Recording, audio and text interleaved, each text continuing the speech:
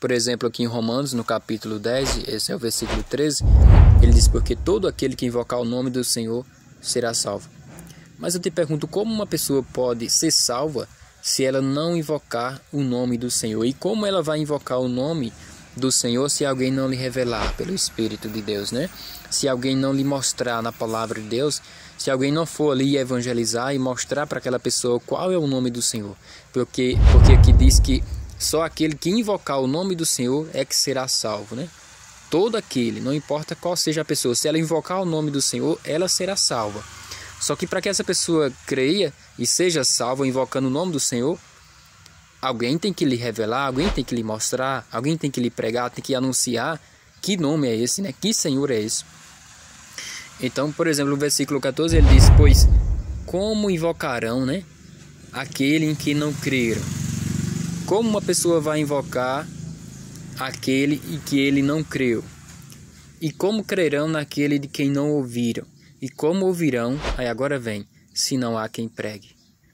Então, se eu me recuso a pregar a palavra de Deus para outras pessoas, para o mundo, como aquela pessoa vai ser salva, como aquela pessoa vai crer, como aquela pessoa vai receber, né, o evangelho se alguém não lhe ensinar, se alguém não pregar? Porque ele diz, né, como invocarão aquele que não creram? Por que não creram? Porque não teve ninguém para pregar, não teve ninguém para evangelizar, para mostrar a eles quem é esse Senhor, quem é esse Deus, que é Jesus Cristo. E como crerão naquele de quem não ouviram?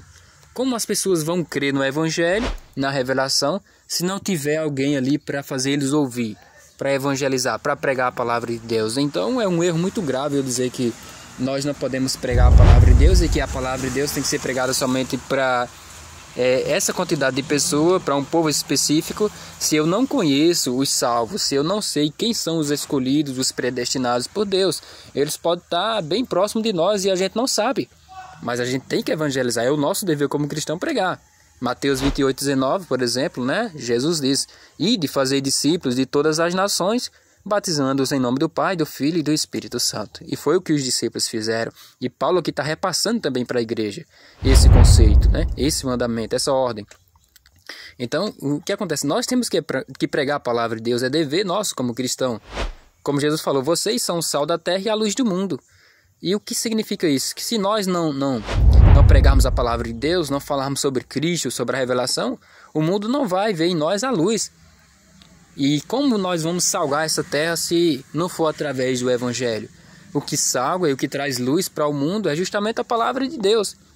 E se nós não evangelizamos, não pregamos a palavra de Deus, logo, como Jesus falou, se o sal se torna insípido, logo só serve para os homens pisarem, não serve mais para nada.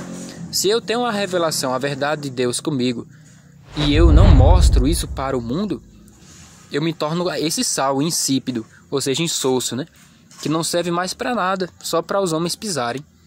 Por isso que eu acho interessante no próximo versículo 15, que ele diz, ó, já no meio do versículo, ó, quão formosos os pés dos que anunciam a paz, dos que anunciam coisas boas.